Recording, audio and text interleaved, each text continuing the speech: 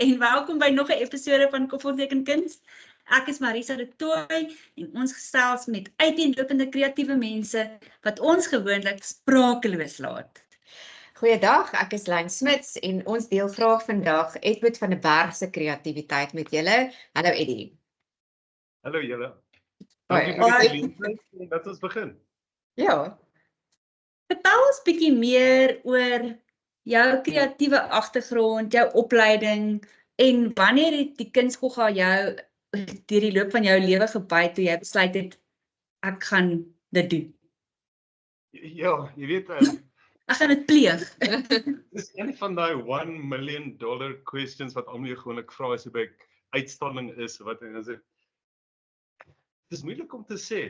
Want dis hierdie grys kol en dit is asof jy vir mense wil sê dis van dat jy kan onthou Ja. ja. van kleins af en jy het altyd geweet ek gaan kreatief wees en ek is en jy weet dit ek dink jy weet dis die stimulasie wat jy gekry het as 'n kind. Jy weet my pa het vir ons altyd gewys dit is jy voel teken wat vlieg en dit is dat en dan jy gaan dis magic, jy weet pa maak magic. En dan kyk jy hoe ander kunstenaars dit doen en sê ek wil dit eendag doen. En dan vra jy ooms en tannies hulle vir jou, wat gaan jy eendag doen? Wat wil jy wees as jy groot is? Nee, ek gaan 'n kunstenaar wees. En ek sê, o, kind, jy gaan arm wees. Ja. Oh, nee. Maar ek kan net onthou van kleins af jy het na skilderye gekyk hoe mense dinge doen. En jy gewens, I want to create that. Jy weet, that make believe, that magic. Want as jy mooi dink daaraan, jy weet 'n paar lyne wat op 'n papier is of op 'n canvas is, paar brushstrokes gee realiteit. Jy create magic en dit het 'n influence op mense. Ja.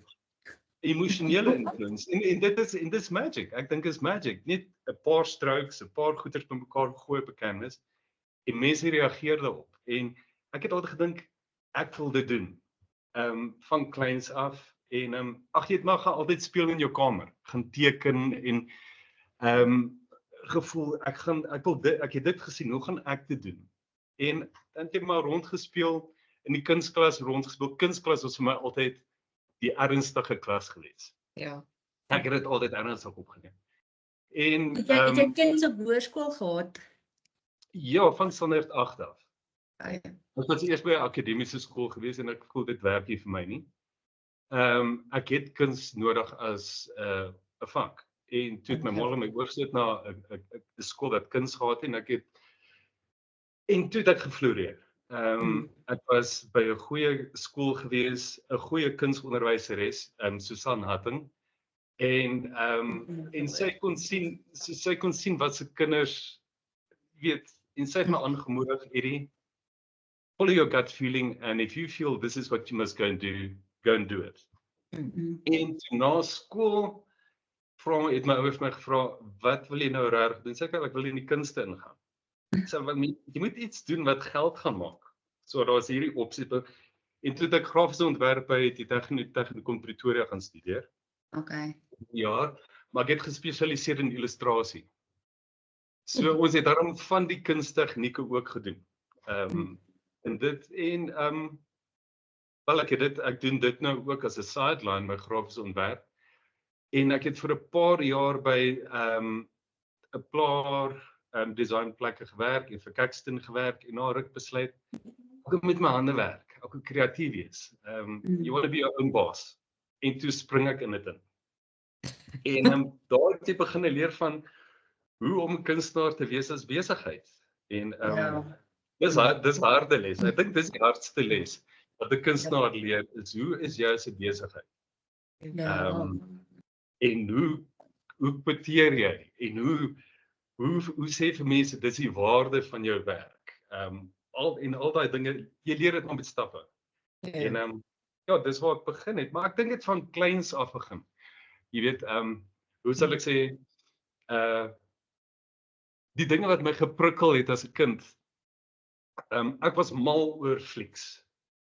Dit is baie mal. En ek gewoonlik ons treat as kinders was as jy al jou huiswerkies gedoen het, kan jy 'n video gaan uitneem. En ek was so excited om na 'n video shop toe te gaan en gaan kyk ek na die weet al die omslae en dan ek het altyd na die horror movies gaan kyk. Mooi prentjies. Ja, en wat ek het so jy weet die kuns op daai covers was vir my mooi. En ek het gevoel ek hoop dit wat ek sien gaan in die fliek wees. En dan het jy baie disappointments. En dan het ek dit gaan teken, want ek gedink het die fliek die cover moes gewees het. So daai ek dink dit is waar my dis waar ek agtergekom het die impak wat die emosionele impak wat visuele kuns kan gee en die verwagtinge wat dit kan gee en the power of art. Ja. En ek dink en ek gevoel dit is wat ek wil doen. Dit is hoe ek met mense wil connect. Met oor hoe ek geïnspireer is oor iets. Ek dink suksesvolle kuns en dit is wat ek wou wees. Ek wil 'n suksesvolle kunstenaar wees om met mense te kan connect op 'n canvas. En ek dink dit is wat jy weet baie mense sê dis geld wat jou suksesvol maak, maar ek voel dit is hoe jy deur jou kuns mense raak, maak jou 'n suksesvolle kunstenaar. Wel, jy moet ook geld maak, maar ek dink as jy dit kan regkry, is jy suksesvol as 'n kunstenaar. Absoluut. Want ek dink wanneer jy met mense connect, gaan mense connect met jou werk en dan gaan hulle voel, hulle kan nie sonder hierdie kunststuk leef nie, hulle moet dit hê. Jy weet, en ultimately is dit dan hoe jy gaan geld genereer, want mense gaan sê ek moet hierdie kunswerk hê. En dan gaan iemand anderster sê, maar ek's net so mal daaroor en so versprei dit soos 'n veldbrand, jy weet. Ja, ek dink dit is regtig belangrik om van jou eie werk te hou eerstens en dan dit daai passie kom oor en dit praat definitief met mense. Ek het al baie kuns gesien wat absoluut dood is. Jy weet, ek dink mense jok baie maklik vir hulle self as hulle kuns koop. Dis 'n canvas met 'n paar splashes op. Ek is jammer, ek kan nie met dit connect nie. En ek dink regtig eerlik, daar's baie min mense wat met dit kan connect. En jy sien, dit is hoe ek voel, nie enige persoon kan 'n kunstenaar wees nie. Jy weet, want weet almal sien hoe hulle op hoe hulle kuns geervaar het op skool in die kunsklas waar hulle gespeel het en dit en in enige geval hulle terug ek gaan 'n kunstenaar wees. En ek dink persoonlik dis 'n kunstenaar voel. As jy en dit kom alles van gevoelens af en as jy reg kan connect met mense.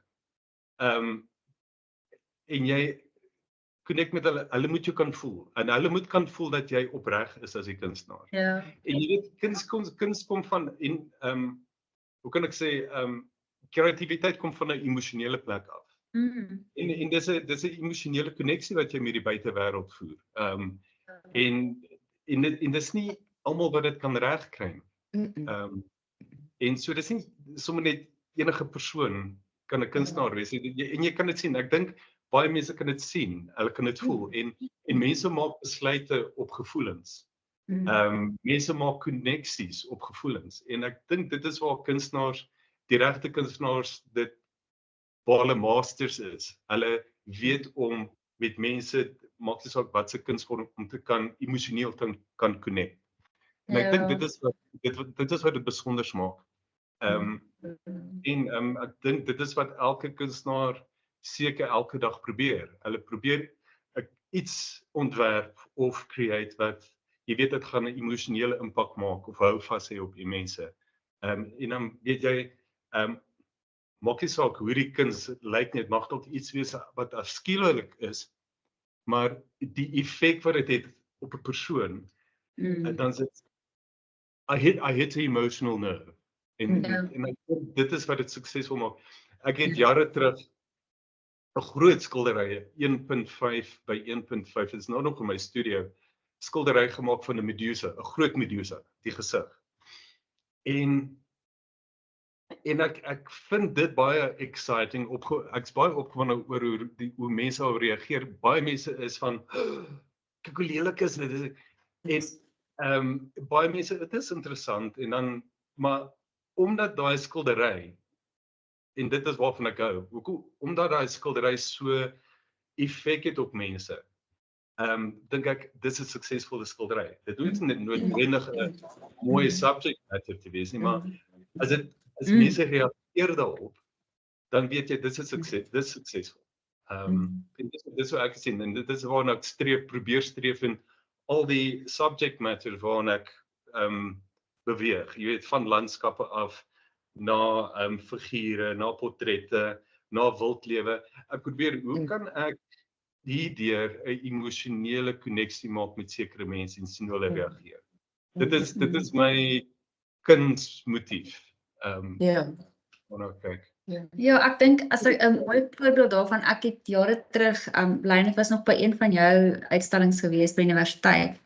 Ek dink dit was 'n jaar eind uitstalling gewees, was daar 'n girl en ek gaan nou nie name noem nie want sy het dit toe nou baie suksesvol gemaak. Sy het sulke verskriklike vulgare nudes gemaak. En die hele idee agter dit was nie om mooi paintings te wees nie. Dit was die boodskap agter dit en om emosie te wek by haar kykers. En ek was regtig eintlik uitgefreek en disgusted met dit gewees. Maar toe het jy nog vir my gesê, dis presies wat sy wou gehad. Sy wou presies gehad het wat jy nou voel. Dit is wat sy wou oordra. Dit is nie pretend nie, dit is nie mooi nie. Dit het uit 'n baie diep en emosionele plek gekom van haar kinderdae wat iets obviously baie traumaties met haar gebeur het. Maar dit het eintlik op daai oomblik het haar klokkie afgegaan in my kop wat ook gesê het kuns hoef nie altyd mooi te wees nie. Dit is dis nou presies wat jy sê oor jou Medusa. Dit hoef nie noodwendig mooi te wees nie, maar elke persoon wat daarna kyk, daar word 'n emosie opgewek. En as dit 'n emosie is, jy weet dan het jy sukses bereik met dit wat jy gemaak het, want dit is wat jy wou gedoen het. Jy wil nie noodwendig hê hulle moet sê, "O, dis pretty," jy weet, and that's it, and move along.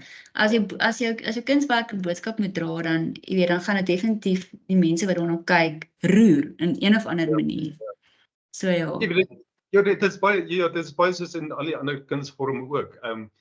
As jy na 'n film kyk, en party mense huil en party mense lag, dit is suksesvol. En ek dink dis dieselfde wat moet wees met skilderkuns en beeldhouwkuns. Hoe dit daai persoon laat voel. Soos ek sê, that emotional nerve that you strike with people. Dan is dit suksesvol. En ek is mal oor my Medusa, maar party mense loop by my studio en sê, o, koek, wat is dit? Dit is perfek. So lank jy daarvan hou, dit was. So lank Presies wat ek wou. En ek voel as 'n kunststuk dit nie reg kry nie, was dit net suksesvol.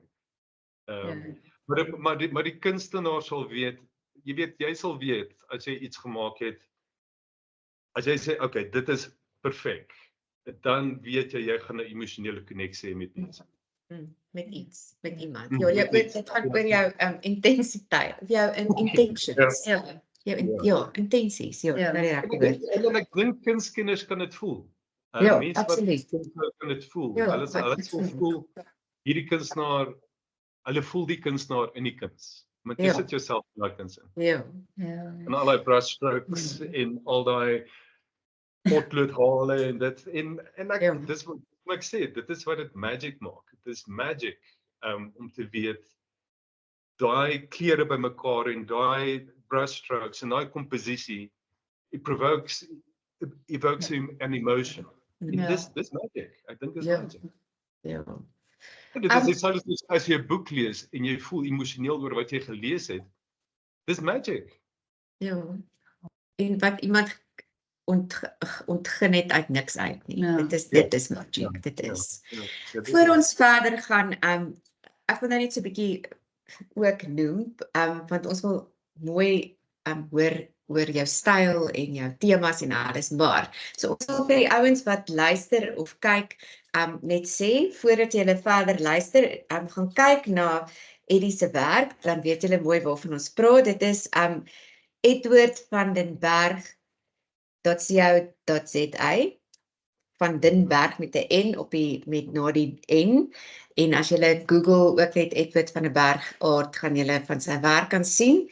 En 'n ander interessante ding is ons al drie sit nou hier, so maar ons is eintlik woon al drie in een straat. Ja.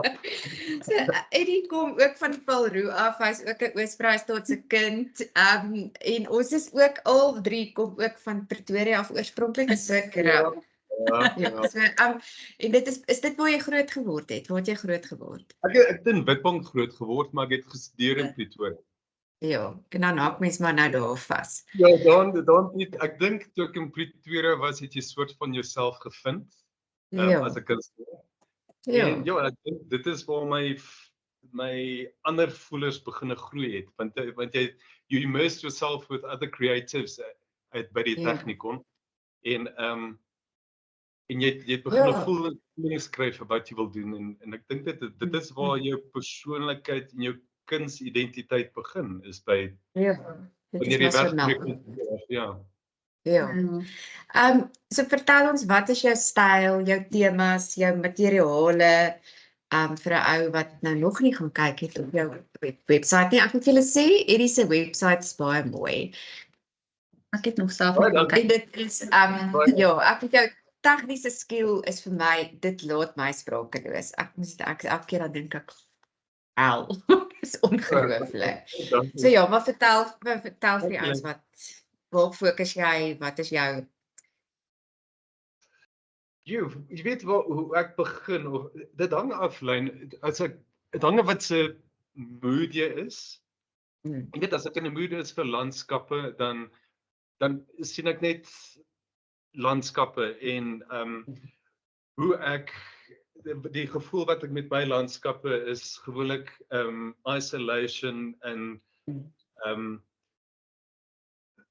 hoe kan ek sê alles gebring tot een minimalisme. Dit is waar ek hou daarvan om met my landskappe minimaal te gaan en dan meer probeer al daai bias sê uit minimalisme uit. En dan sal ek en as ek weer in die gevoel is vir diere en dan het ek want gewoonlik jy weet deur die jaar gaan jy deur en sien ek hou van daai reference werk, ek hou van daai references en dan maak jy dit alles bymekaar. En as ek nou my diere uit my uitgewerk het en my gedagtes gaan oor na landskappe toe en sê okay, hier's alles wat voel ek nog dieselfde oor hierdie en wat van hierdie komposisie of hoe die lig val oor goeters excite me. En hoe kan ek dit anders te maak om meer te sê wat ek wil sê oor daai subject matter. Ja, dit is vir my gaan dit oor die gevoel waarheen my kreatiewe tentakels heen gaan. Waarvan ek voel as ek maak nou 'n luiperd klaar en ek voel ek het nou genoeg luiperde gedoen. Ek het nou 'n kommissie wat ingekom het waarna ek nou gaan werk met al my weet al jou research is nou agter die rug en dit en nou met die tekenwerk begin. So as ek nou daarmee maar as ek nou daarmee klaar is wil ek weer oorgaan na figure toe. Ja. Want ek voel met elke ek weet nie van julle nie, maar met elke werkstuk wat ek aanpak, jy leer. Jy dink altyd weet as jy dink altyd as jy iets klaar gemaak het en is suksesvol, nee, nou kan ek alles skilder tot jy die volgende skildery aanpak en elke skildery het sy eie challenges. Jy weet en dan besef ek dit wat ek toe gedoen het gaan nie op hierdie stuk werk nie. You must sort of you must gauge en dit wat ek weet van dit gaan nie op werk. En dan gooi jy al die kennis wat jy bereik het oor jare. Okay, dit gaan werk met die een en daai tipe verf gaan werk met daai een of daai tegniek gaan werk met daai een. Mens noem dit rolling with a puncher. Ja. En jy leer met elkeen. Jy weet jy leer baie van jou subject matters ook. Ja. Jy weet want mense dink as jy 'n luiperd gaan teken jy met kolle op het gooi. Jy weet luiperde het 'n spesifieke patroon op sekere dele van die lyf en hoe die hare gaan werk en jy om jou subject matter te verstaan en dit is dieselfde soos soos met die mense figuur en portretstudie. Sekere velkleure het anderste hues in die onderlaag wat jy gebruik. En hoe gaan dit werk met jou komposisie en al daai dinge wat jy moet saamgooi. Ja. En vir my is dit 'n kunstenaar is 'n we are scientists. Ons eksperimenteer met wat ons geleer het en ons gooi dit saam en sien wat kom uit. En dan sien jy hoe die buitewêreld daarmee reageer en op gaan reageer. Waarmee verf jy hoofsaaklik? Hoofsaaklik akriel. Ek het weet iets byt my deesdae om bietjie weer met olie te gaan werk. Maar ek dink wat ek geniet van akriel is dis vinnig. Dis minder skoonmaakwerk, maar alhoewel my studio lyk nie so nie. Maar dat klink 'n lekker studie. ja. Ek weet nie van julle nie, maar met elke stuk wat jy aanpak, is alles netjies. Dan maak ek studio skoon en voordat ek aanpak en is alles nou perfek. Maar soos jy deurgaan werk deur die stuk, begin daar chaos. Dan ontplof dit. Myne is binne 2.5 sekondes. As jy alles begin sê, dan is dit binne sekondes, is dit lyk dit soos 'n nes. Ja. Weet nie hoe dit gebeur het nie. It is so embarrassing. And then people come and say, I want to see your studio. En dan kom hulle in jou studio. Ja. Wie werk op jou lekkerste? Ja, maar jy weet soos met die stuk waarmee ek nou besig is, met daai presiese oomblik en al daai ek weet presies in my gemors of chaos. Waar daai verf is, waar daai kwas is en waar daai kwas is en dit is die proses met hierdie skildery. In al hierdie chaos kom dit uit. En dan maak ek weer skoon daarna en dan blank canvas, studio is mooi, lekker skoon. En dit is so lekker vir daai oomblik.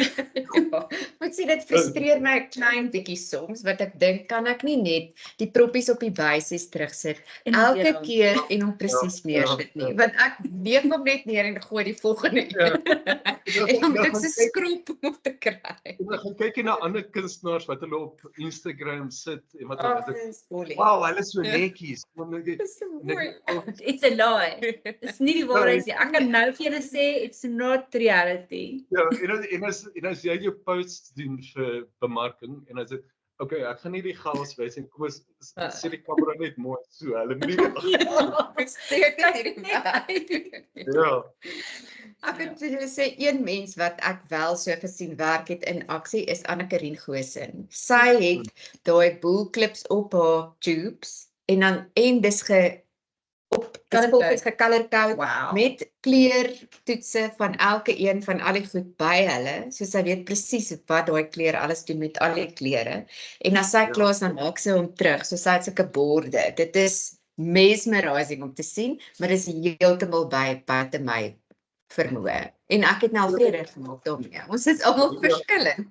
So wat dit is. Daar's 'n paar kunstenaars wat ook op Instagram volg. Kishner, ek dink ek spel ek sê ek sy naam reg, maar in elk geval hy is world renowned en hy is 'n superrealis. Ja. En ons nog 'n meisie, Carla Grace Art. En alles is so perfek en hulle doen ook al hierdie kleuranalises en wat gaan werk hier en wat gaan werk hier en hierdie kleur op daai en dit is wat hulle gaan gebruik en hulle dan dink ek na al daai gaan ek al klaar moeg wees vir skilder. Ek ook. Presies. Nee. Ek sê ook. Nee, wat ek doen soms stop op papier en dan vat ons. Ja. Nou ek sit en ek kyk na my reference werk en jy weet jy teken 'n bietjie uit of wat ook al en ek het business meetings met my skildery voor elke oggend voor ek begin. En met 'n koppie koffie en dan sit ek en okay, dit is wat ek vandag gaan doen. En dis die kleure wat ek gaan gebruik en dit en dat en dat en dat. En dan is jy reg vir die dag of jy sit daar en jy dink, wat het ek gister gedoen? Ja. Want dit lyk nie reg vandag. Dan begin jy met al jou beplanning, maar van daai beplanning werk uit op jou dag. Ja. As jy weet dan is jy oral op die skildery. Jy was nie net by die gras nie, jy was in die lig ook gewees. So ja. Ja. Dan kyk jy na hierdie ander kunstenaars en dink jy, hulle is so georganiseer en wat ook al. Ja. En maar dit dit kom met tyd. Instagram is 'n ewel, maar ek dink Ja. Instagram is 'n absoluut ons weet dis feit, maar ons streef nog steeds na daai onrealistiese. Kan nie Kijk, jouself vergelyk nie. Dit is wat so mooi, dit is kom jy weet ek is bewus van ander kunstenaars se prosesse, en dan weet jy ook, okay, dis maar net vir bemarking. Ja. Maar dit gaan nie vir my so werk nie. Dit is jy waardeer hulle eindproduk eerder as die proses. Jy kan sien ook daai proses is dit gaan nie vir my werk nie, maar ja. Hoorie so, en jy het nou so vlugtig genoem kunstenaars waarna jy kyk op Instagram. Is dit mense wat jy sal sê wat jou inspireer in jou eie werk ook, of het jy spesifieke Suid-Afrikaanse kunstenaars wat jy of regtig na opkyk in jou inspirasie invind? Of is dit maar natuur? Wat is jou inspirasie? Jy weet, soos ek gesê het van kleins af, weet ek kon onthou, as ek moet teruggaan na my kinderjare toe, in Witbank, my ma het genoem die Groot Pick n Pay. En in die groot kompleks was daar, ek weet nie of mense dit 'n galery kan noem nie, by die ingang aan die linkerkant was daar 'n winkel, 'n kunswinkel gewees wat skilderye verkoop het. En as my ma as ons dan eintlik by die teller kom, my ma gaan betaal, het gesê, "Ma, ek gaan gou kyk." En dan sy weet waar ek gaan wees. En dan het ek tussen al hierdie skilderye rondgeloop as kind en ek gaan kyk. Dit is hoe hy die grond moes gedoen het. En dit is hoe hulle die hare moes geverf het. En dan gaan jy terug huis toe. En as jy in jou kamer, dan dink jy met die bietjie waterverf wat jy gehad het en potlood. Dit is ek het gaan reg. En so het ek besef of geleer van kleins af, dit is goed om met jou oë te leer, maar dan moet jy ook by jouself bly en sê, hoe kan ek dit met hoe ek dinge doen? Van was op die canvas. So met die kunstenaars wat ek volg, ek hou baie van hulle se subject matters hou ek baie van. En dan het ek gedink, okay, as ek dit gaan moet doen, hoe sal ek dit wil doen? Dit is ook my inspirasie in. Dit is baie goed, ek hou van hoe jy dink en hoe jy jou proses toepas. Ek gaan dit probeer en ek gaan dit my en ek dink dit is waar baie kuns of jy weet in tersiêre instituute hulle moet iemand se unieke styl of proses probeer bevorder in plaas van julle moet almal so verf en jy so I think certain principles you need to understand and know. Daar's sekere basiese goed wat jy moet weet. En dan vind kunstenaars of 'n ou kunstenaar of 'n master se styl wat jou prikkel en eksperimenteer daarmee. Jy weet ons eksperimenteer en ons jy weet ons is jy weet 'n kunstenaar soos iemand wat op 'n eiland bly. You live on your little island. Maar ons is op 'n klein eilandjie.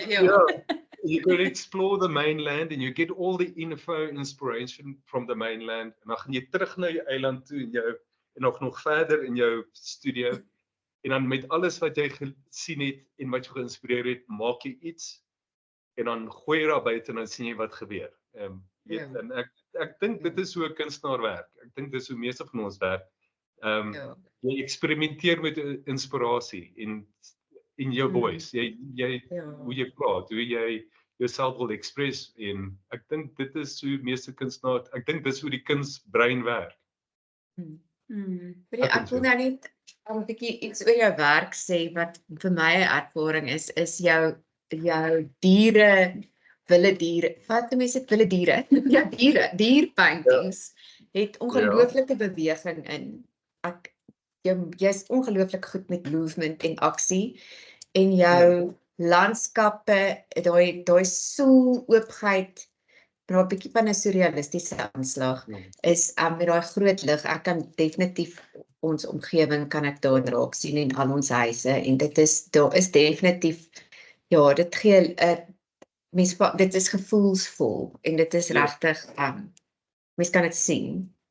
Maar soos jy nou daar genoem het Lyn, jy as 'n Vrystater kan dit voel want jy het hierdie oop lig atmosfeer en dan voel ek as ek hierdie huisie wat ek gesien het wil skilder met hoe kan ek daai gevoel as in my Ja. omgewing, hoe laat my omgewing my voel oor 'n landskap? En dit is wat 'n kunstenaar, ek dink 'n kunstenaar probeer doen, is hulle stimulasie is my stimulasie is my omgewing. Ja. En ek wil dit skilder. Hoe laat my stimulasie my praat as ek 'n landskap wil weergee? En dit is wat ek probeer weergee in my landskappe.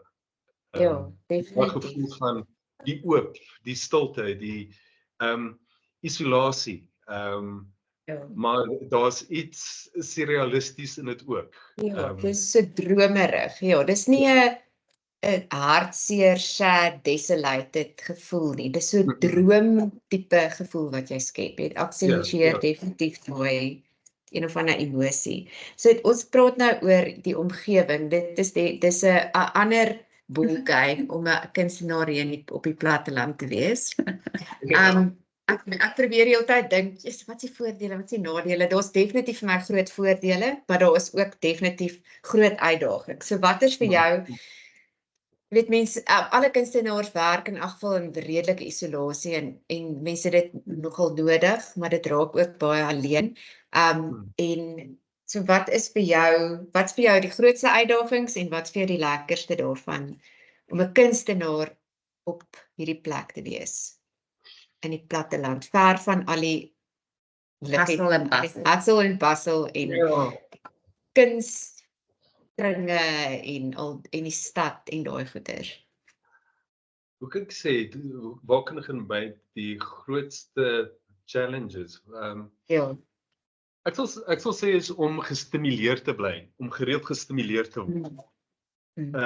Ek sal sê as jy bevoorreg genoeg is om baie weg te kom van waar jy is, en jy jou stimulasie kan terugbring sodat jy you inspired to create more. Werk dit.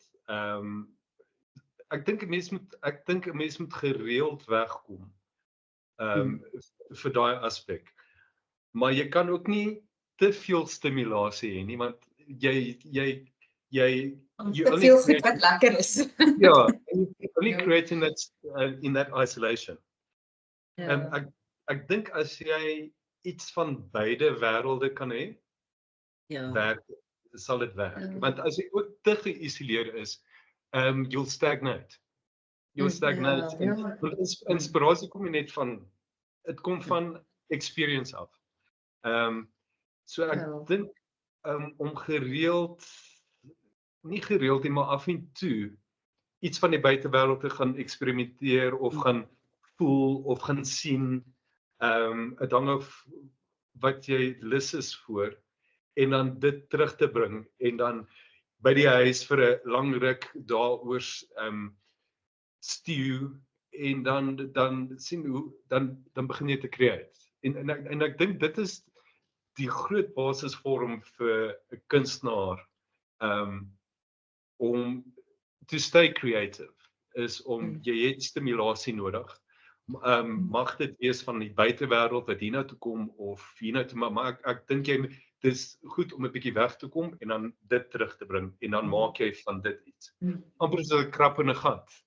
Jy weet, jy kruip uit jou gat uit, jy gaan kry iets buite en jy bring dit in jou gat in en speel dan mee, dan skop jy dit uit jou gat uit en sien hoe die wêreld reageer. Ja, dit is belangrik. Ek sal sê die grootste uitdaging om in 'n klein plekkie te bly, soos ek sê, is die stimulasie. Is ook om seker te maak hoe as jy staat gaan maak op waar jy in 'n klein plekkie wil bly, hoe gaan dit die plek jou stimuleer vir jou kreatiwiteit en hoe dit ook jou gaan positief beïnvloed vir finansiële stimulasie en ondersteuning.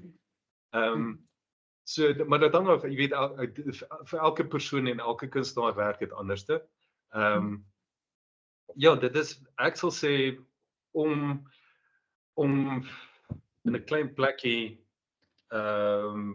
kreatief te bly en gestimuleerd te bly, moet jy 'n bietjie wegkom. En sê jy's 'n bietjie lus om dit te gaan sien. Ek wil daai landskap, ek wil soontoe gaan, ek wil daai landskap sien. Ek moet my kop skoon kry of ek wil 'n bietjie stad toe gaan en ek wil bietjie fliek gaan kyk of jy het net daai stimulasie en sien hoe mense reageer.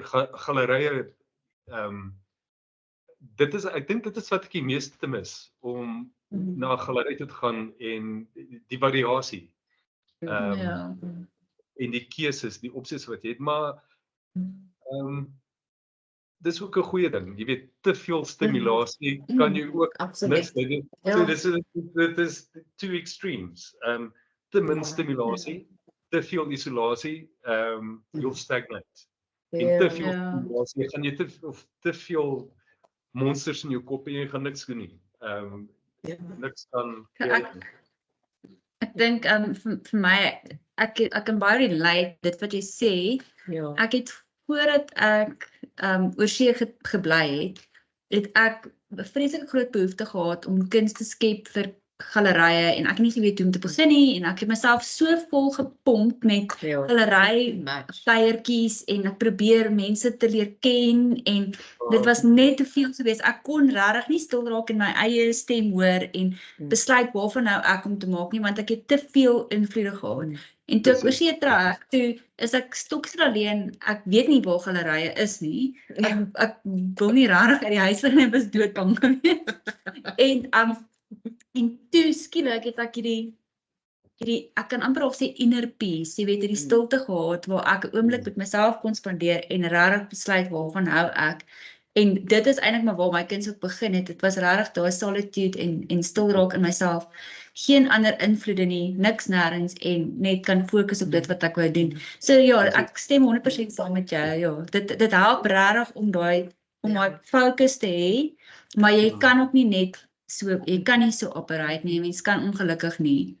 Jy kan nie, en dit hang af, jy weet, verskillende goeders stimuleer verskillende mense op verskillende maniere. Jy weet, inspirasie kom van verskillende plekke af. En so ook as jy gaan reference werk soek vir 'n projek. Of jy volg te veel kunstenaars wat jy dink o nee, hulle is te goed. En dan verloor jy jou eie voice. En dan dink jy is nie goed genoeg nie, dan dit te veel stimulasie, te veel van dit. Dit was te veel goeie kunstenaars. Die feit dat 'n mens so vinnig kan dink jy is worth absolutely zero is in an instant, want hierdie mense wat op Instagram hulle goed post is net ongelooflik talentvol. Jy weet, en ek dink ook dit is soos wat jy nou ook gesê het, jy weet, jy probeer alles so perfek dat lyk. Jy maak seker niemand kan jou vuil studio sien nie. Alles is unbelievably perfek. Jy weet, dit is net en jy dink net soos ek gaan nooit daarby uitkom nie. Ek gaan nooit hieroor beskik nie. Dit is net ek gaan maar ophou. Dit is nie wie jy dink nie. Al daai dinge. Ja, ek stem volkome saam. You must try and hard to stay true to yourself. That's right. Maar jy moet ook met die oop mind, jy gaan sien hoe werk ander. Be mindful that this is who you are, dit is jou proses, dit is jou styl, dit is jou tegniek. Maar ek sal dit graag, soos ek sê, jy sal graag so iets wil doen, maar op jou manier. Ek dink dit is wat elke kunstenaar moet besef, jy het jou manier. En daai kunstenaar wat so goed is, het sy manier. Hulle het ook baie insecurities en goeie wat so baie kunstenaars het. En is net hulle manier van dinge doen is net anders. En hulle mag nog na jou kyk en sê, wow, ek wens ek kon so werk. Ja, presies. Ek kan nie dink dat iemand dit sal dink nie, maar dit sal wonderlik wees as daar iemand is wat vorentoe kom en sê, vertel ons 'n bietjie van jou tipiese dag in jou studio. Het jy 'n vaste roetine? Hoe maak jy seker dat jou kop nie in 1000 verskillende rigtings invlieg nie? Doen jy beplanning? Jy het nou gesê jy doen beplanning vir jou dag. Hoe lyk 'n tipiese dag vir jou? Jo, my kop kan vinnig in verskillende plekke omkom. Dit vir alles. Jy lyk vreeslik georganiseer. Ja, ek moet vir jou sê. Dit is 'n scam. Mooi gebeheer, gedissiplineerd. Ja, jy weet net so. Jy soek na idees, jy soek na iets niets om te skep. En dan gaan kyk jy na al hierdie dinge wat daar buite is en dan naderhand sit jy, o nee, ek het nou so baie idees. Ek gaan nêrens kom. So my tipiese dag is soos ek gesê het, ek maak die studio oop, sit die ligte aan dat die warm word en die lig reg is. Dan gaan ek uitgaan.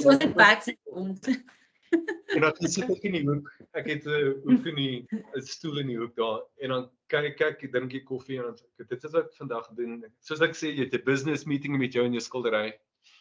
Ja. Ek gaan hierdie vlakke vandag bereik. Ek gaan dit doen, dat doen. En dan dink jy, o, koek, wat het ek gister gedoen want dit is nie wat dit lyk nie. I've got to sit back. Ja. So dan sit jy en jy drink, doen jou beplanning.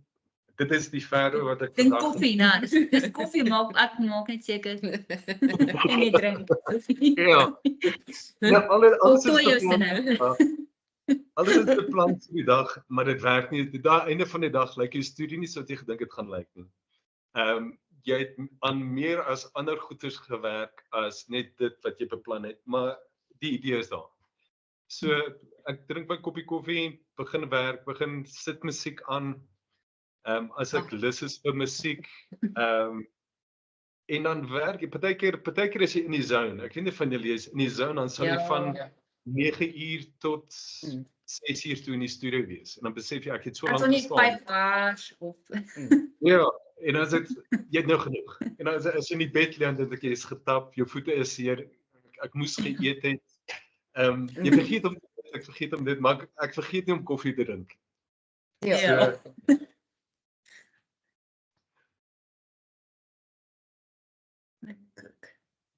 Wat ook het jy Of die Estrid was hy. Ons het jou laaste sin gemis. Jy het 'n oomblik gehad. Ja. Ja. Was nie te sleg nie. Waar het jy dan admin daar, want ek sien jy is mooi op jou sosiale media, waar jou admin en bestellings en daar, het jy spesifieke daar wat jy probeer dit doen, of kom dit nou maar soos wat hy kom? Ek was die laaste 2 weke bietjie sleg, maar ek probeer so 1 keer 'n week dalk 'n post bymekaar slaan. As jy voel dis die moeite werd, maar ek voel ook mense moenie mense oordonder met posts nie. Jy wil hê mense moet uitsien na wat jy gedoen. Ek dink partykeer te veel progress posts of wat jy gedoen het, mense moet sien, daar's iets, jy weet, hulle moet daarna uitsien. Ek gaan kyk gereeld as iemand dalk vir jou iets gestuur het of daar 'n vraag is of wat ook al, dan en ek voel ook op sosiale media, you must interact with people if they send you messages and ask questions and stuff. Want dit is hoekom jy daar is. Waar daar baie van hierdie kunstenaars is wat jy volg, jy vra vir hulle raad of advies of wat ook, en hulle interak nie met jou, nou dink jy, okay, dis 'n bietjie, ek dink dit is wat 'n mens as op sosiale media adverteer, dit is wat jy ook moet probeer doen. You must interact with people. Dis al sosiale media dan. Ja. Ja, so, ek doen dit alles myself. En dit is nogal 'n hectic dag. Ja, dit lyk baie mooi gedoen. Ek moet sê dit lyk super professioneel. Ek dink Richard staan daar met een of 'n grand kamera en alles en hy pose. Baie indrukwekkend. Dit is 'n groot proses. Ek het met klips en wat ook al en dit, okay, dan krap jy al hierdie moed bymekaar. Nou gaan jy 'n video van jouself moet doen en al hierdie dinge en of 'n foto van jouself probeer neem met die timer en is dit 30 foto's later, nog nie reg nie, nog nie reg. Maar dan is jy so moeg gesien van jouself en jy geneem van jouself en dan gaan jy deur al die goed, ag, hier is die beste een van almal, gooi dit uit daai pet en jy sien wat. Ja, whatever, ja. Nou, ek post gewoonlik iets en dan sit ek my foon af vir die hele dag. Ja. Ja. Dat jy daai angs, het ek dit reg gedoen, het ek dit reg geëdit, bla bla bla. Ja. En as dit sit ek my foon aan die volgende oggend, nee, dis okay. Ja. Maar ek weet nie hoe ander dit doen nie, want ek vind dit daai tipe bemarking vind ek neem baie tyd. Skrikkelik, dis draining. En ek weet nie of dit ja, ek weet nie. Mens kan dit nie hê nie. Ja, ek kan dit nie Maar- hê nie. Ja, mens moet dit hê, maar jy kan nie ek weet nie altyd hoeveel finansiële terugvoer dit gee nie. In my kop het ek al gesien as ek niks doen nie, dan kry ek nie. Dis asof dit so half inkomste of kliënte generate op 'n manier. So daar sal sê net maar 'n derde kliënte uitkom en die ander is en 'n derde bewussyn en 'n derde is verlore in die groot massa. Maar ek het al gesien as ek niks doen nie dan droogte. Maar as ek net maar konstant so bietjie elke dag, ek probeer elke dag een klein ietsie doen. Maar ek weet nie of ja. Ja, ek probeer so 1 keer of 2 keer 'n week iets uitsit. Maar so ek weet nie hoe die ander mense dit doen nie, want jy weet veral met die video's wat jy moet neem van jouself of van jou geneem word. Dit neem so baie van jou werktyd. Ja. Dis ek dalk 1 keer of 2 keer of 1 keer in 2 weke te doen. Ja. Okay, vandag ek gaan so 'n bietjie werk dat ek 'n uur of 2 of jy weet baie keer vat dit langer. Dit hang of jy goed nie omval of wat ek wou. Dat jy dan gaan ek 'n tyd afsny vir dit. Want dit kan nie sommer dit gebeur nie sommer net nie.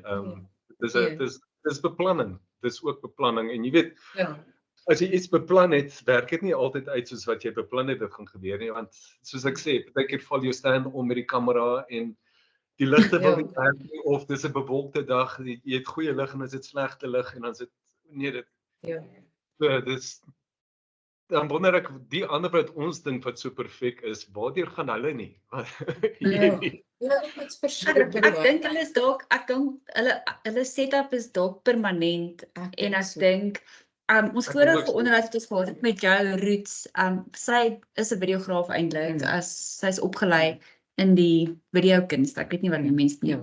Maar sy, dit klink so maklik, jy weet, dit al goedjies is daar en sy het 'n dingetjie met so 'n verskriklike oulike armpie ding vir en 'n liggie wat daar staan en sy sê hy's permanent aan. Dus sy kan letterlik gaan en sê, okay, sy gaan hierdie gedeelte post en that's it, Bob's your uncle. Jy weet, so ek dink daar is beter maniere om dit te benader. Ek het nie noodwendig eers om daai initiële begin op te stel nie. Maar ek dink as jy dit een keer doen en jy sê dit reg op, mag dit dalk minder van 'n uitdaging wees. Ek dink net ek dink my kop wil ook nie so dink nie. Ek is maar 'n tipiese Afrikaner, jy weet, ek wil nie te veel oor myself en dan is ek verskriklik bang om te veel op sosiale media te wees want ek is baie erg oor my privaatheid en dan werk ek ook nie so verskriklik baie soos wat ek 'n paar jaar terug het nie want ek is besig met tuiskool van 2 kinders. So dit is vir my met die algemene uitdaging so vir my is sosiale media 'n vinnige fotootjie en daar's hy, dan en daar's dit, jy weet, want ek kan nie nog tyd in dit spandeer nie, my tyd is klaar so beperk in dit wat ek besig is om te skep.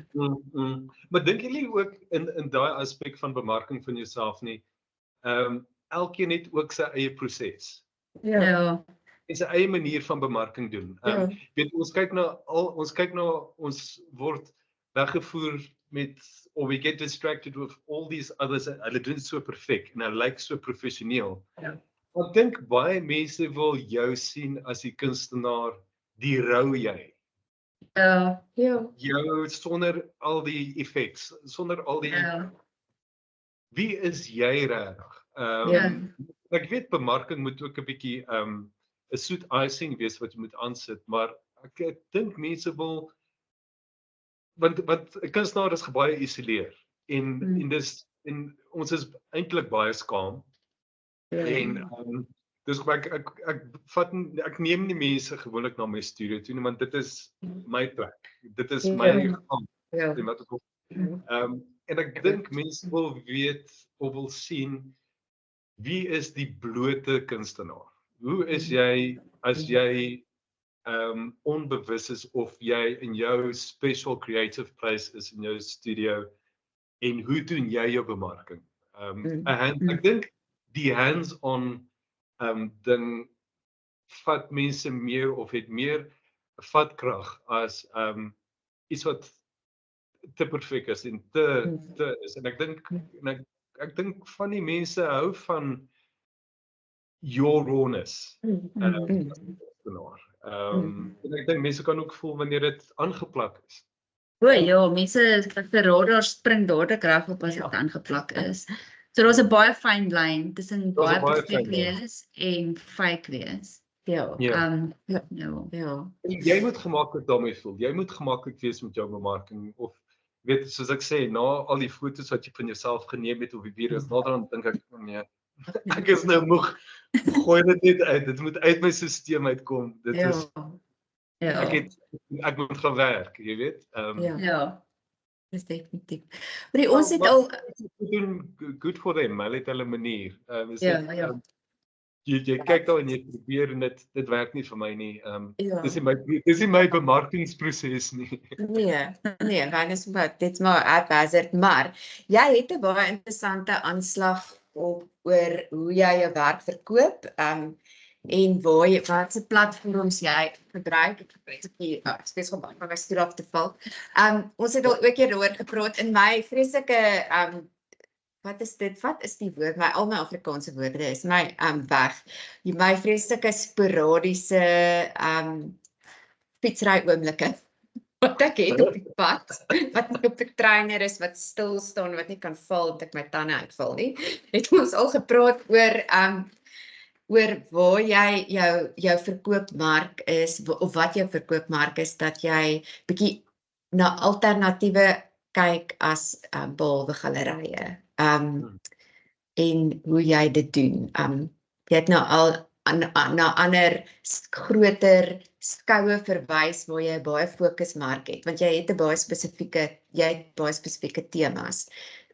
Maar dan, hoe benader jy daai? Dit is vir my baie interessant geweest. Lyn, jare terug was ek by 'n galery gewees, het ek uitgestal. En ek glo ek moet die galery noem nie. En ek het net gevoel met die druk op die was en verwagtinge, het ek net gevoel dit het nie vir my gewerk nie. Jy weet, nadat hulle vir jou dit verkoop nie of dit nie so nie, dit nie dat nie. Jy moet dit of ons moet jou pryse afbring of en dan het ek gevoel dit is 'n bietjie van 'n klap in die gesig vir 'n kunstenaar wanneer hulle sê jou waarde is nie goed genoeg wat aan die muur hang. En toe dog ek gaan my eie baas wees. Ek gaan 'n paar uitstallings doen, 'n paar skoue doen, 'n paar kunstefeeste. En ek het voelers gekry vir wat se fees of kuns feeste werk vir my. Daar's nog 'n hele paar ander wat ek wil doen en ek gevoel kry vir. En meeste van hulle waar ek die meeste geld uit maak is my kommissies wat daarvan af kom. So Handtex het vir my baie goed gedoen, veral vir my wildlewe want dit is meer vir wildlewe. En die kommissies wat daarvan wat daar uitgesprei het vir my baie goed gedoen. Ek sou hierdie jaar weer gegaan het. Maar nou het mense dink hierdie eleksies wat kom en al daai dinge en jy weet mense hou geld terug, mense is bang. The environment must be ready for a certain exhibition. Dis hoe ek het benader. So ek met al my temas, verskillende temas wat ek het, dan dink ek okay, ek wil hierdie fees gaan bywoon of hierdie uitstalling gaan bywoon. So hierdie tema vir my gaan werk vir dan fokus ek op daai tema vir 'n ruk. So ek dink as 'n kunstenaar moet jy ingestel wees op wat jou mark gaan wees by sekere kunsfeeste. En wat 'n vriend van my vir my gesê, hoekom ek handteks gedoen het, is hoekom wil jy 'n kunsfees gaan doen wanneer jy so baie kompetisie het? Gaan doen 'n handteks wat 'n jagters exhibition is, waar jou wildlewe gaan uitstaan. Ja. So en ek het dit gedoen en ek het verskriklik baie goed gedoen en die kommissies waar uitgekom is. En selfs toe ek aardklop ook gedoen het, ek het goed verkoop. My eerste aardklop was, ek kan nie glo my, jy weet mense spring in goeders in en jy besef Dit is 'n enorme taak. As ek nou na foto's kyk van my uitstalling, alhoewel dit baie, hoe kan ek sê, my eerste een was daar in Potch, het ek goed verkoop, maar ook daaruit het ek verskriklik baie goeie kommissies gedoen. So ja, jy weet, hoe kan ek sê, soos, dit is wat vir my werk, dit is my verkoopsproses, dit is hoe ek, en dit is, weet vir kunstenaars wat aan 'n galery behoort, en dit werk vir hulle, en hulle kan onder daai, dit is hoe jy moet dink, en dit is wat gaan verkoop, wat ek al, jy weet, dit is goed as hulle so, as jy aan so 'n galery kan behoort, en hulle promote jou. Jy gaan kyk na verskillende galerye en hulle werk nou deesdae, ek dink 24% kommissie. Baie meer. 45. Ja, dit wys jy out of touch ek is nou met galerye. En maar hulle bemark jou nie. Hulle sit jou nie op 'n webwerf nie. Hulle werk nie vir hulle kommissie nie. So as jy aan 'n galery behoort wat deur al daai moeite gaan en seker gemaak dat jou werk gaan verkoop, want ons kunstenaars, ons is sleg met besigheid. Maar as hulle as hulle dit vir jou kan doen en dit reg, dan werk dit, dan's good for you. Ek voel net nie almal nie, maar die meeste galerye doen of hulle tap die kunstenaars. In daai van daai aspek af. Maar nie almal nie, ek sê net seker. Jy weet soos mense wat 'n skildery by jou kom koop, en dit is die waarde wat jy heg aan daai skildery. En dan hulle, dis asof hulle ding is met 'n kunstenaar, hulle wil 'n kunstenaar bargain. Pryse afbring. En dan dink jy altyd by jouself, as jy na Woolworths toe gaan, probeer jy die pryse vir wat jy gaan betaal afbring. En ek dink altyd dis 'n bietjie van 'n klap in die gesig vir 'n kunstenaar. Dat hulle, jy weet, mense wil jou bargain, pryse bargain en wat ook al. En as jy jou klere gaan koop en as jy 'n huis gaan koop, bargain jy met wat ook al pryse. So en maar dit voel as dit by 'n kunstenaar kom, moet dit weg. En dit is 'n bietjie van 'n teleurstelling. Maar mense dink baie, jy weet, hierdie jou prys van seker goed is hoog, ek kan dit nie bekostig nie. Maar as ek 'n kommissie doen, sê ek vir mense, al my kliënte, jy kan my maandeliks afbetaal wat jy kan betaal. En dit motiveer my om, ek moet in my studio aan wees, want ek moet dit bereik maandeliks vir wat hulle betaal. Jy weet, dit is hoe ek dit sien, dit is hoe ek operate in daai omstandighede. En dit werk vir my, jy is jou eie baas. So maar jy moet ook die regte feeste gaan bywoon. Jy weet, daar's so baie kunstefeeste daar buite.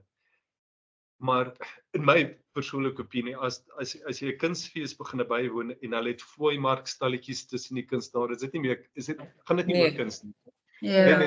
En it's an overrated flea market.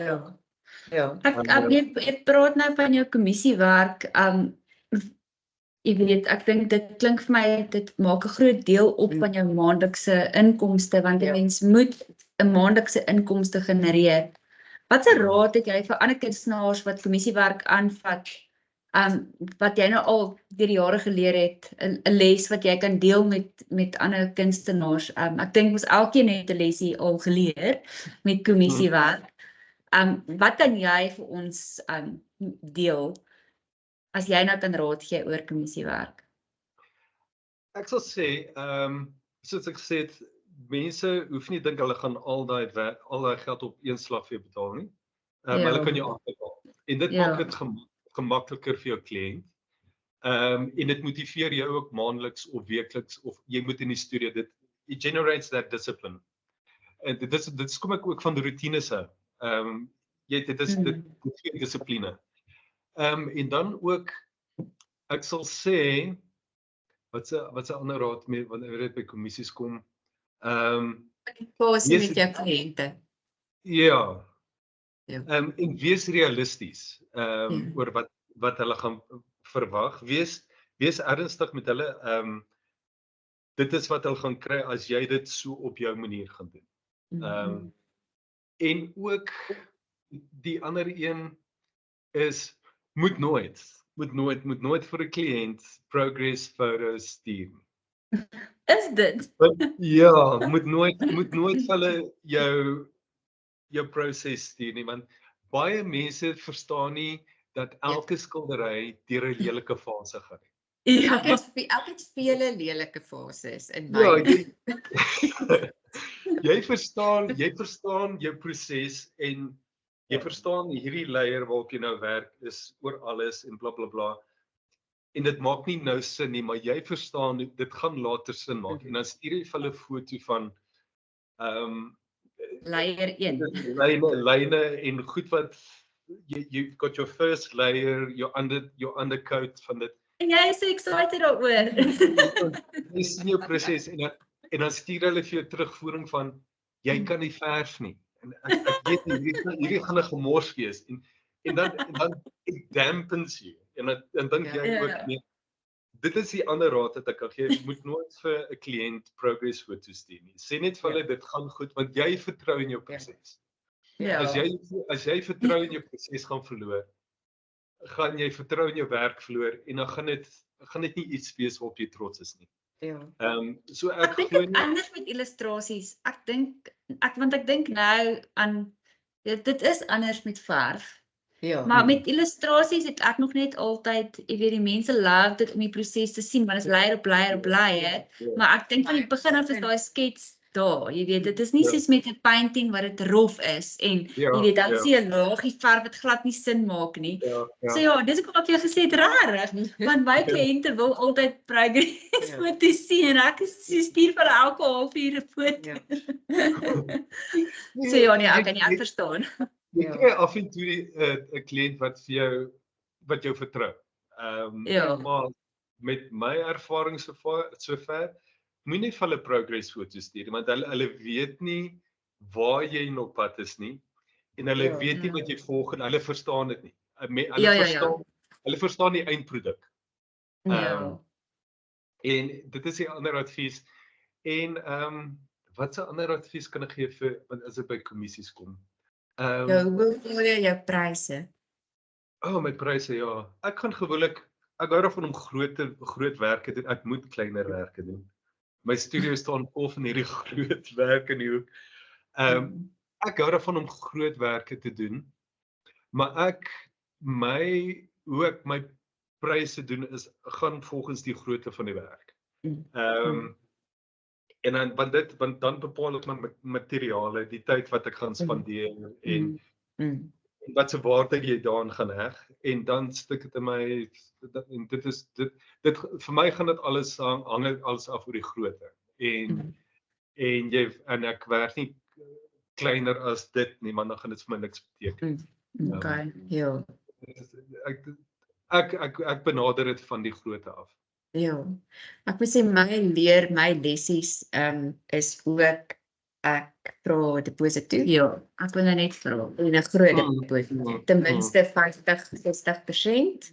Want dit het ek ook al gekry. Want daai ou kry 'n mediese bil of hy stamp sy kar of sy hare moet gekleer, hare moet gekleer word of sy moet 'n nuwe bril kry of kinders moet een of ander sportequipment kry en dan gaan daai kommissie word aangeskuif.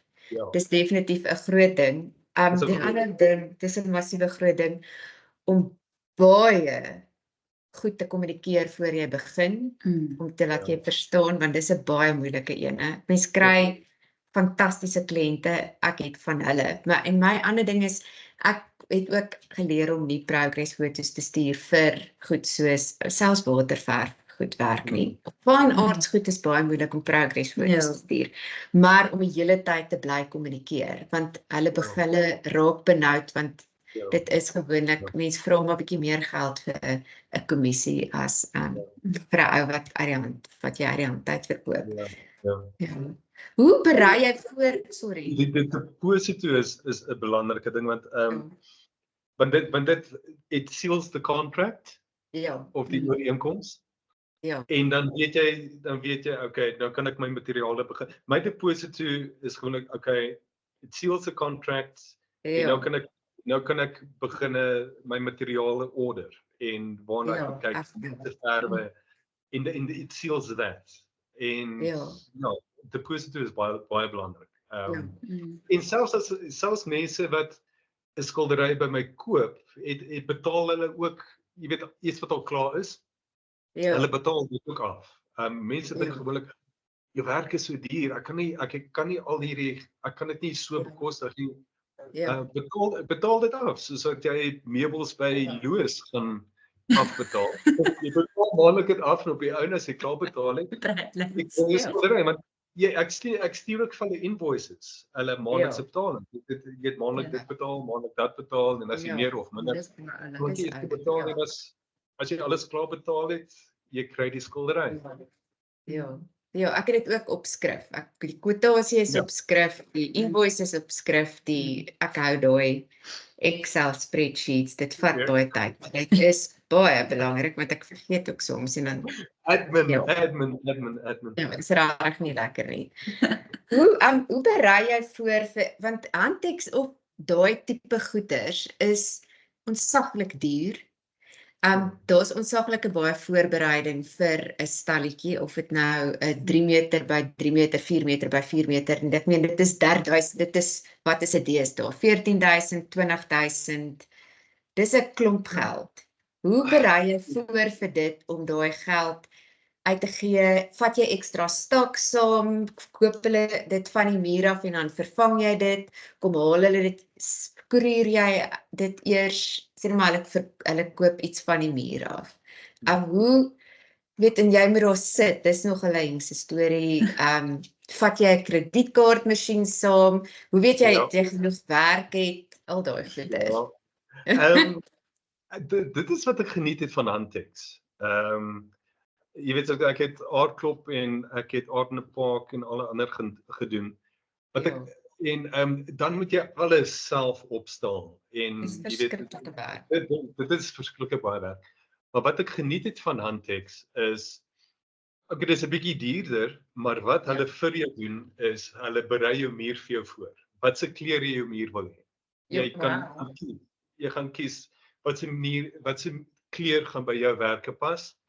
Hulle berei jou naambord vir jou voor, jou ligte, die kleurmat wat jy wil hê. En hulle kom haal jou werk vir jou en dan help jy ook ophang. So vir my, al daai moeite was dit is wat hulle vir jou doen, dit is die moeite werd. Dit is die exhibition price cost, that was worth it. En die bemarking wat hulle vir jou doen. So dit is hoekom ek gevoel het, vir my was dit die moeite werd om handteks te doen. En hoe ek voorberei daarvoor, ek het baie wildlewe begin verf vir 'n hele paar maande. Baie goed hè. Ja. En wat my wat my skrikkerig gemaak het is, dan begin jy eers skielik navorsing te doen oor al die ander wildlewe kunstenaars van Suid-Afrika. En dan dink jy weer, ek verf nie soos hulle nie. How express myself met my wildlewe is nie so nie. Hulle is so, jy weet, en tot my vergelyking is baie sleg. Ja, en tot my verbasing het die terugvoering wat ek gekry het, dog ek, okay, ek het eintlik goed gedoen en ek kan trots wees daarop. Maar waar jy nou kom, Lynn, met Die kleinere werke wat mense sommer kan neem en jy wrap dit vir hulle en jy neem dit neem hulle sommer op hulle betaal sommer dadelik daar en jy moet 'n kredietkaartmasjien hê. Ek sal dit aanbeveel. Die grotere werke wat jy weet my groot werke wat hulle nie sommer net kon neem nie, jy weet hulle het betaal daarvoor en dan jy weet dan het ons 'n waar bly dan koerier ek dit vir hulle na die tyd. So ja, dit is jy weet almal is die party sê hulle sal dit die volgende dag kom neem en dan bubble wrap jy net alles vir hulle en al daai dinge. So dat ek dink dit hang af van wat se tipe die ooreenkoms wat jy het met die spesifieke kliënt. Maar hoe kleiner ek dink kleinere werke is makliker. Jy weet grootes wat mense sommer kan neem.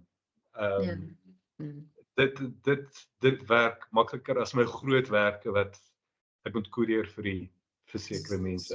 So van koerier gepraat, ons hoor maar altyd by verskeie kunstenaars wat ons onderhoude mee voer.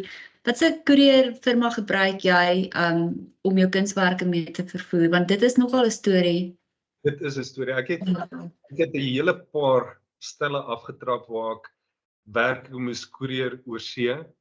Ja. En dan kom jy aan die ander kant aan dan is die raam beskadig of weet gelukkig die skade wat ek al wat die voete dit kon reggemaak. Jy weet iets het in jou paneel gelê en net die canvas 'n bietjie gestretch dat dan kan die mense dit net regmaak en jy weet die canvas nat maak agter en al daai dinge. En dan stretch dit weer uit. Die rame wat gebreek was, jy weet dis moeilik om te sê. Dis regtig moeilik om te sê want jy weet nie hoe jou werk gaan gehanteer word as dit in transit is nie. Ek wil nie name noem van courier service wat Ja. die mense is bang jy trap op tone en dan Ja. Net te word is geban op YouTube. ek sal sê die veiligste is om dit so veilig as moontlik of goed as moontlik te wrap. My volgende wat ek gaan doen is ek sal eerder as mense nie hulle 'n geraamde stuk wil koop nie, sal ek eerder aanbeveel om dit te rol. Dit is vir my ek dink dit is die veiligste om jou werke af te stuur as dit gerol is. Want mense weet nie hoe rof hulle met jou werk of die paaie wat deesdae vry word en of dit jou werk skit en allerlei dinge nie. So dis kom ek sê ek weet nie wat want ek het amper almal probeer en die ding is ook as jou werk te swaar is, gaan dit jou kos dit jou te veel om so jy moet dis kom ek aanbeveel dit moet eerder gerol word. Ja. Sê ek raam nie werke vir mense nie. Hulle moet dit self laat raam en dit is net baie makliker om te koerier. En dan sit ek 2 hardboards en ek het nog nooit probleme gehad nie. Ek letterlik bokse trend. Dit is iets wat ek ook geleer het. Ek beveel ook aan en ek dink ook 'n raam is 'n persoonlike ding. Weet my keuse van hoe ek kies my werk geraam moet wees, gaan dalk nie in daai persoon se huis was. So dit is van 'n persoonlike ding en soos hy sê, daai risiko is massief.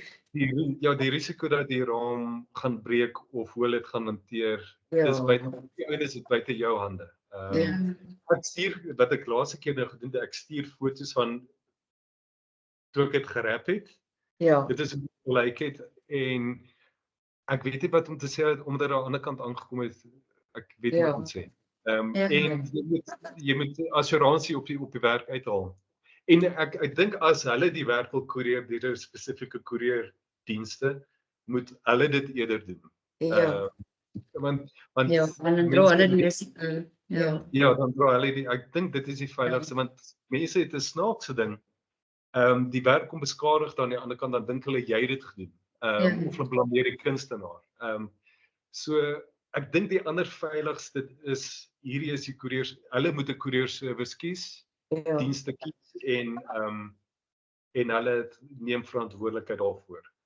Veral as dit 'n geraamde stuk is. Ek dink 'n ongeraamde stuk wat gerol kan word soos jy sê, Lyn, sal jy dit op jou manier doen. Maar dinge wat geraam is bietjie moeilik.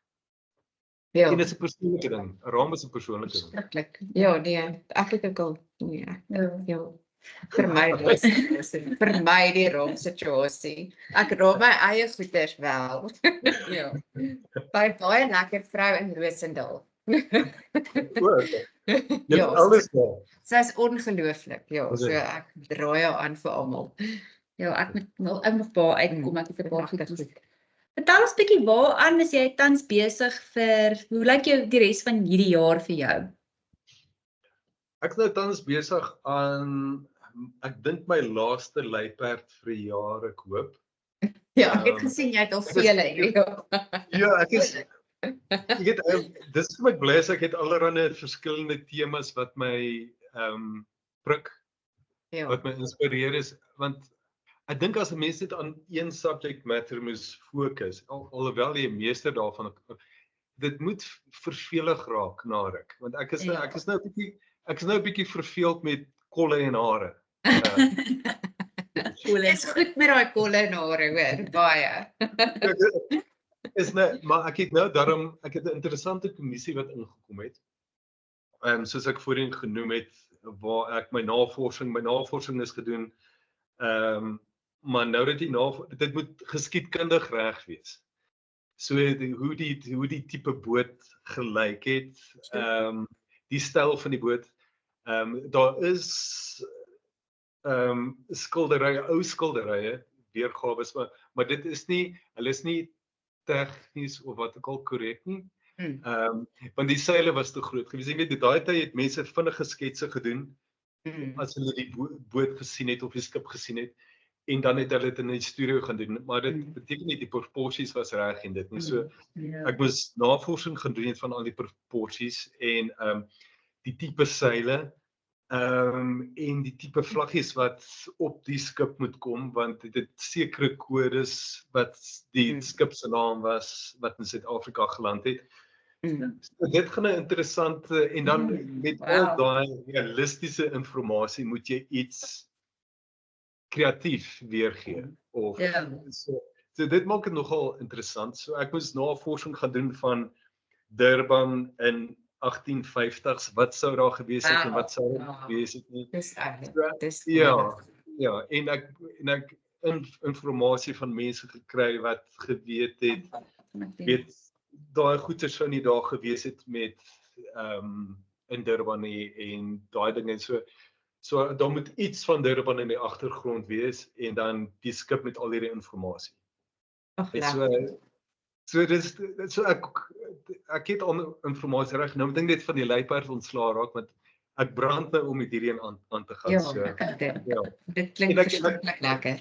Nie dit om water te verf, so ek gaan weer bietjie water verf vir 'n rukkie. So ek dink vir die res van die jaar is dit die een. En daar's 'n ander kleiner projekkies waarna ek wil werk. Maar ek dink dit is my volgende challenge, is om die een te doen.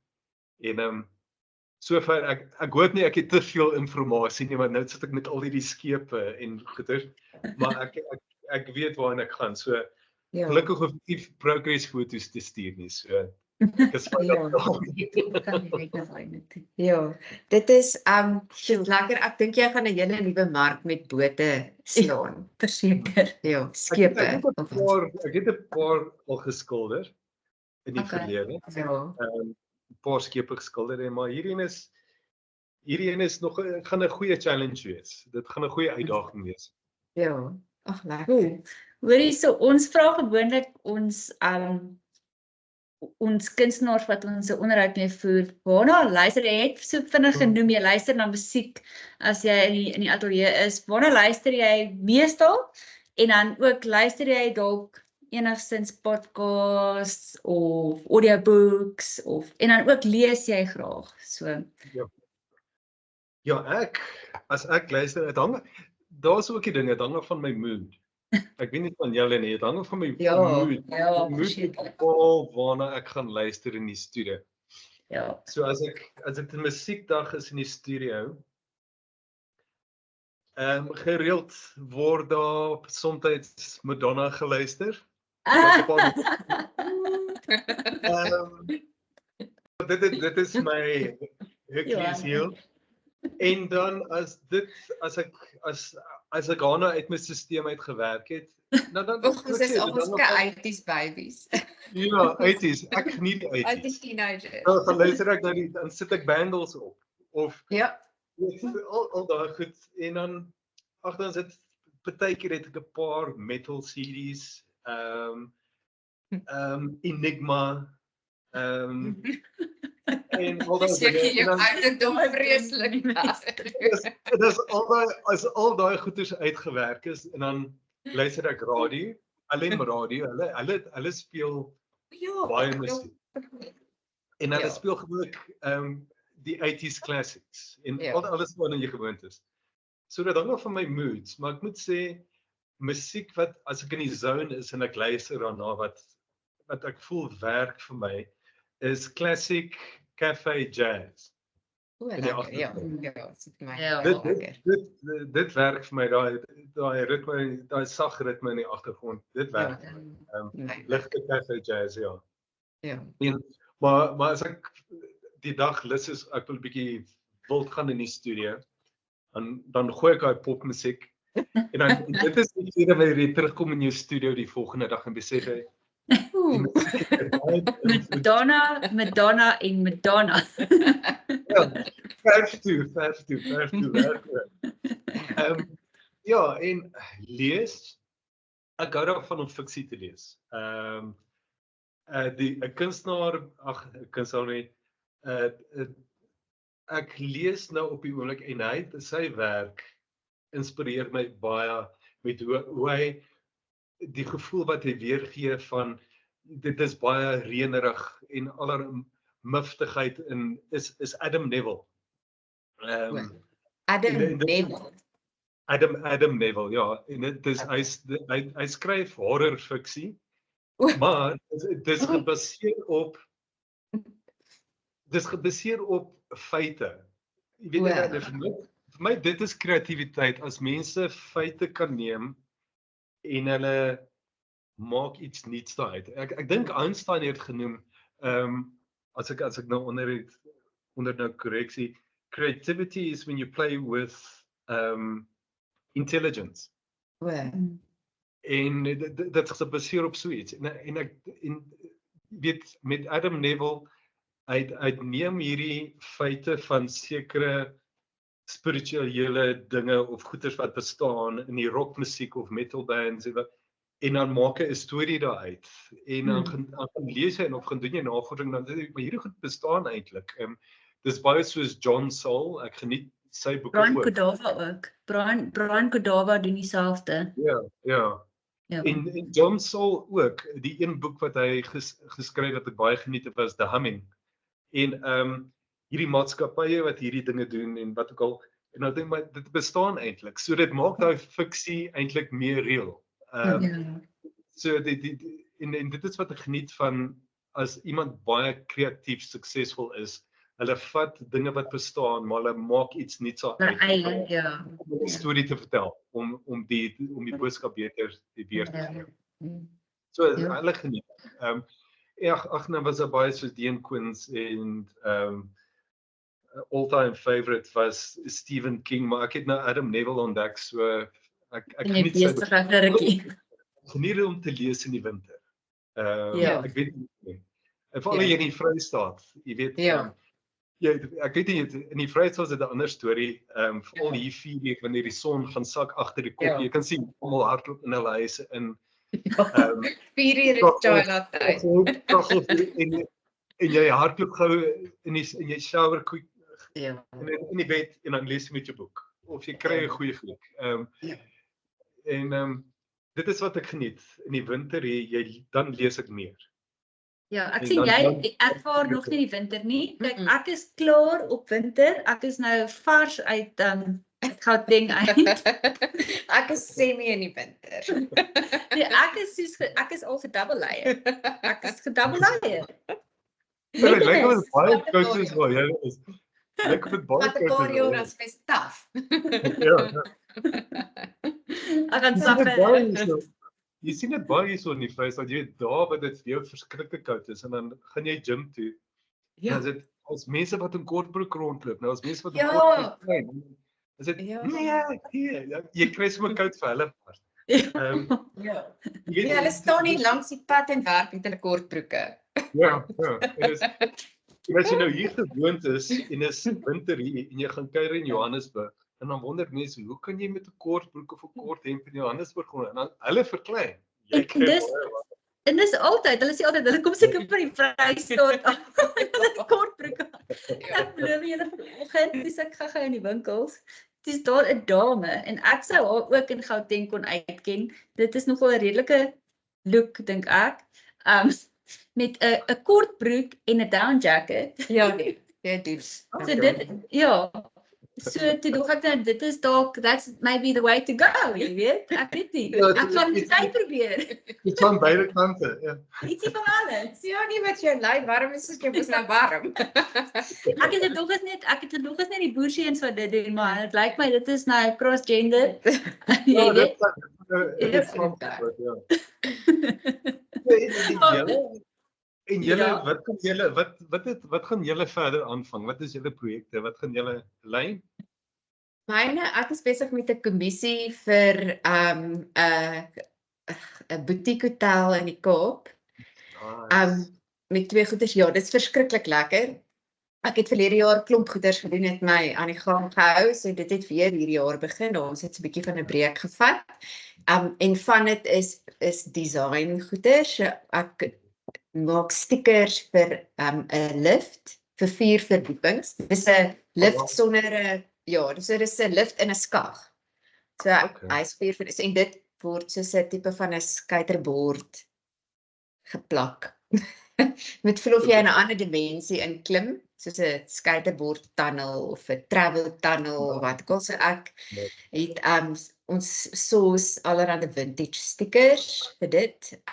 Meestal hotel baggage stickers. Is meestal in poskaarte en al dit. Dit is verskriklik lekker. Ek geniet dit baie. Dit is ontsaglik baie werk. Maar en dan het ons ook as sodra dit klaar is daar 'n painting van Joan of Arc wat ook lekker is. Ja, wat ons dit is my in 'n paar weke. Ja. Lekker. Ja.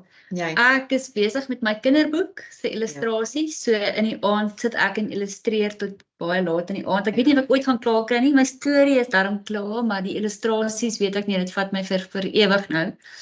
En dan gedurende die dag terwyl ek in die klaskamer is saam met die kinders om hulle te help deur skool kom wat vir my 'n uitdaging is, staan ek maar tussendeur en verf vir skilderye van my eie huis want ons het nou hierdie verskriklike groot huis met hierdie verskriklike groot kaalmure, Plafonne. baie hoë plafonne en ek het al my kunswerkies in my vorige huise was gewone size en dit verdwaal op hierdie mure. So ja, ek verstaan hoekom jy groot werk. Ek het op 'n stadium baie groot gewerk, toe moes ek myself weer afleer om groot te werk. Toe ek in die Midde-Ooste gewerk het ek groot skilderye gemaak vir groot mure ook daar en ek het baie werke verkoop en groot werke en toe kom ek terug Suid-Afrika toe en besef maar ek moet my skaal baie Klein. ja. So ek werk nou weer groot van. Dis kom ek dit geniet om groot te gaan want ek voel ek gee vir iemand groot waarde vir geld. Ja. Maar dan ek word baie herinner van mense het nie so baie groot mure soos wat jy het nie. So Nee. en ek dink jy sukkel om klein te dink. Jy wil groot dink. Ja. Wat soos jy gesê het voorheen, waar kom inspirasie? En ek is interessant vir waar kry jy jou inspirasie vir jou kinderboeke? En soos vir my dis moeilik om te sê. Jy weet ek sal dit kan wees van jy loop iewers in 'n veld en net hoe die lig val op daai oomblik inspireer jou. Dit is wat ek wil dit afneem en ek wil hoe ek gevoel het toe ek dit gesien het, wil ek weer gee in die skildery. En dit kom jy weet inspirasie kom van verskillende plekke af. En soos ek sê, mense moet baie weggaan uit jou comfort zone uit, gaan voel wat gaan buite aan. Voel dinge, ervaar dinge en bring daai informasie terug en maak iets daarmee. Is ook soos met musiek. Daar's 'n spesifieke dit kan dalk klassieke musiek is, maar ek sien gewoonlik as ek na musiek luister of woorde luister of na instrumente luister, dan sien ek sien gewoonlik amper soos 'n fliek wat in jou kop afspeel. Ja. En dan dink ek, hoe gaan ek dit vasvang wat ek sien op 'n canvas? En dit is hoe ek voel as iets my inspireer. Jy sien dinge, ek sien dinge in 'n filmvorm. En dan ek wil dit weet, dan begin jy elemente soek en jy gooi al jou bestanddele bymekaar en dan kom alles op die canvas. Ja. Dit is deel van my proses en inspirasie. Maar dit kan van enige, dit kan uit 'n boek uitkom, dit kom net van een ding af nie. Dit kan dalk uit 'n fliek uitkom. Dit kan dalk uit 'n vakansie iewers heen afkom. Jy is nie net vasgevang aan een stroomlyn van inspirasie, dit kom van verskillende, soos wat ek sê, soos my Medusa effek. Ek voel elke kunstenaar is 'n Medusa. Ons het al hierdie slange en idees in ons kop.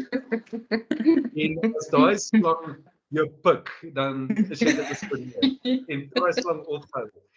En dit is ook, ek voel baie, ek is geïnspireer met Medusa, want ek voel ook, dis wat ek sê, kunswerk moet 'n Medusa effek op jou hê. As jy weet wat ek bedoel. Ja. Dit moet ek terugstaan van, wow, aangesien dit lelik is of mooi is, dit het my laat terugstaan of stilstaan en dink.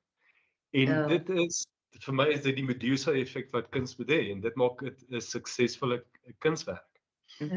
Ja, nee, absoluut. Ek stem 100% saam met jou. Dit kan ek sê, al daai slange en idees wat in jou kop is, dit kriebel daar bo rond en tot jy besluit jy gaan die een of daai een doen of wat ook al. Ja, en ek voel 'n mens moet elke dag op 'n stadium. Ek kry nie elke dag tyd nie, maar ek maak tyd in die aand, al is dit nou baie laat. En my dae kan so vinnig uitrafel. Maar ek moet elke dag kuns pleeg. Ek moet elke dag, al is dit net 'n skribbel iewers, maar ek moet elke dag iewers teken. En ek voel totaal en al, ek wil nie sê incomplete nie, want dit is so flimsy. En ek voel net ek het half gefaal in my dag. Ja. As ek nie iewers kreatief was nie. Ja. Jy weet, ek stem saam met jou daar. Jy weet, ek faal baie daarmee. Ek voel jy moet, al is dit net 'n paar A5 sketse, dit hoef nie perfek te wees nie. Dis net jy moet aan die teken bly. Ek kan onthou van hoërskool af het ons kunstonderwyseres vir ons gesê, en selfs op Technikon ook, het ons dosent vir ons gesê, jy moet gereeld teken. En ek kan voel wanneer ek nie gereeld geteken, want dit is amper soos gym toe gaan. Dit is oefening vir die kunstenaar. Muscle memory. Ja, jy moet skets, jy moet anders skets, want as jou skets nie goed genoeg is nie, gaan jou skildery nie goed genoeg wees nie. En ja, dis absoluut basis. Lately het ek 'n bietjie gefail daarmee, maar ek voel ook tegnologie maak mense lui daarmee. Ek voel met my grafiese ontwerp te veel rekenaarwerk het my ek weet nie wat julle opinie is oor AI kuns nie. Don't get me started. Ja. Nee, daai moet daai is Pandora. Ja, ek voel, jy weet, omdat tegnologie ons al klaar so lui gemaak het, en I think it destroys people's imagination. Ja. As jy te veel, mense besef nie dit moet 'n tool wees nie. Jy weet, dit moet gereedskap wees, maar dit moenie jou werk beïnvloed sodat jy nie meer kreatief kan dink nie. Dit moet nie jou imagination stalk nie. En ek voel veral met AI dit gaan mense stop laat dink. As jy gaan jou net dit gaan mense En lei mense maar sien dit nie raak nie. Nee. Hulle sien dit nie Yes, raak nie.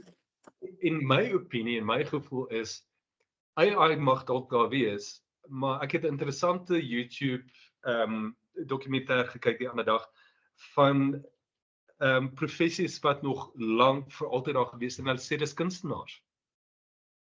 Want wat AI nie kan doen nie, is hulle kan nie 'n kunstenaar of 'n mens so unpredictable thinking or creativity, it can't copy that. Ja. Want AI maak dinge uit wat bestaan. 'n Ja. Creative mind maak dinge, the unpredictability of a human's emotions and feelings and thoughts. AI kan dit nie kopie nie en hulle kan 'n kunstenaar nie kopie. Handgemaak kan nie gekopie word. En dis my opinie.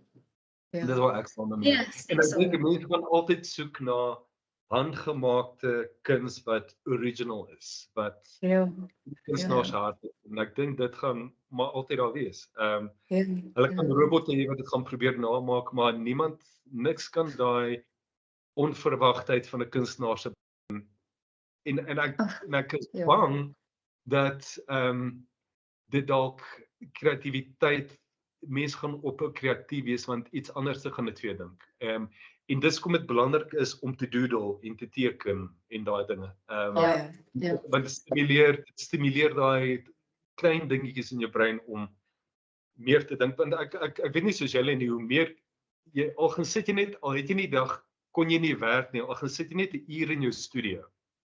Dan doen jy dalk iets. Jy's bewus van jou werk of wat ook al, of 'n uur of so en dan doen net 'n klein doodle en dan het jy, ek dink dan het jy iets gestimuleer. Maar dit is my opinie met AI en al daai dinge en tegnologie. Ek voel nie dit gaan nie laas nie. Ek dink se fad. Jy het van die gebore uitkom is wow, maar ek dink 'n goeie salt of the earth kreatiewe kunstenaar gaan altyd daar wees.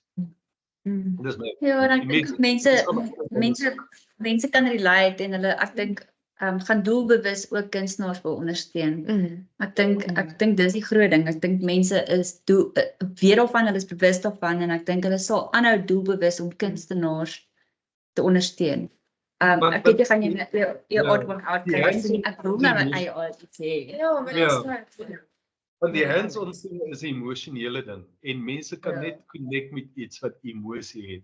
En mense jy kan dit natuurlik aanvoel as iets deur emosionele hande gemaak is, as iets wat deur 'n rekenaar gemaak is.